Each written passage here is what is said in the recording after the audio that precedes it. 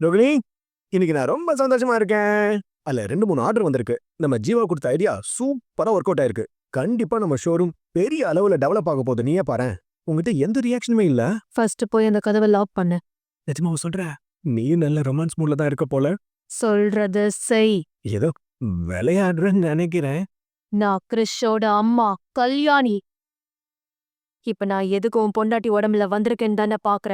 என் புள்ளைகிட்ட நீ எப்பவுமே பாசமா நடந்துக்கணும்.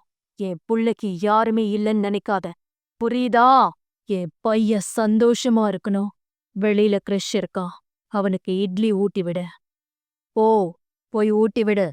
டேய் மனோஜ், மா, இவனுக்கு போய் இட்லி ஊட்டிட்டு இருக்க. அவனுக்கு பசிச்சா அவன் சாப்பிட போறான். அவனுக்கு எதுக்கு இவன் ஊட்டி விடுறான்? டேய், நீ அவனுக்கு ஊட்டி விடுறதை நிறுத்த போறியா இல்லையா? கல்யாணம் ஆனவங்க இப்படி பசியில இருக்கிற குழந்தைக்கு ஊட்டி விட்டா அவங்க பிசினஸ் நல்லா டெவலப் ஆகும்னு சொன்னாங்க. டேய், உனக்கு சாப்பிடறதுக்கு கை இல்லையா? அத்தை, இப்ப எதுக்கு அவனை கத்துறீங்க? ஏய் மனோஜ், உன்னால கண்டவங்க எல்லாம் என்ன கேள்வி கேக்குறாங்க. ஊட்டுறதை நிறுத்து. இல்லைன்னா அம்மாவோட உயிர் போயிடுச்சுன்னா என்னவோ பண்ணி தொலை போ.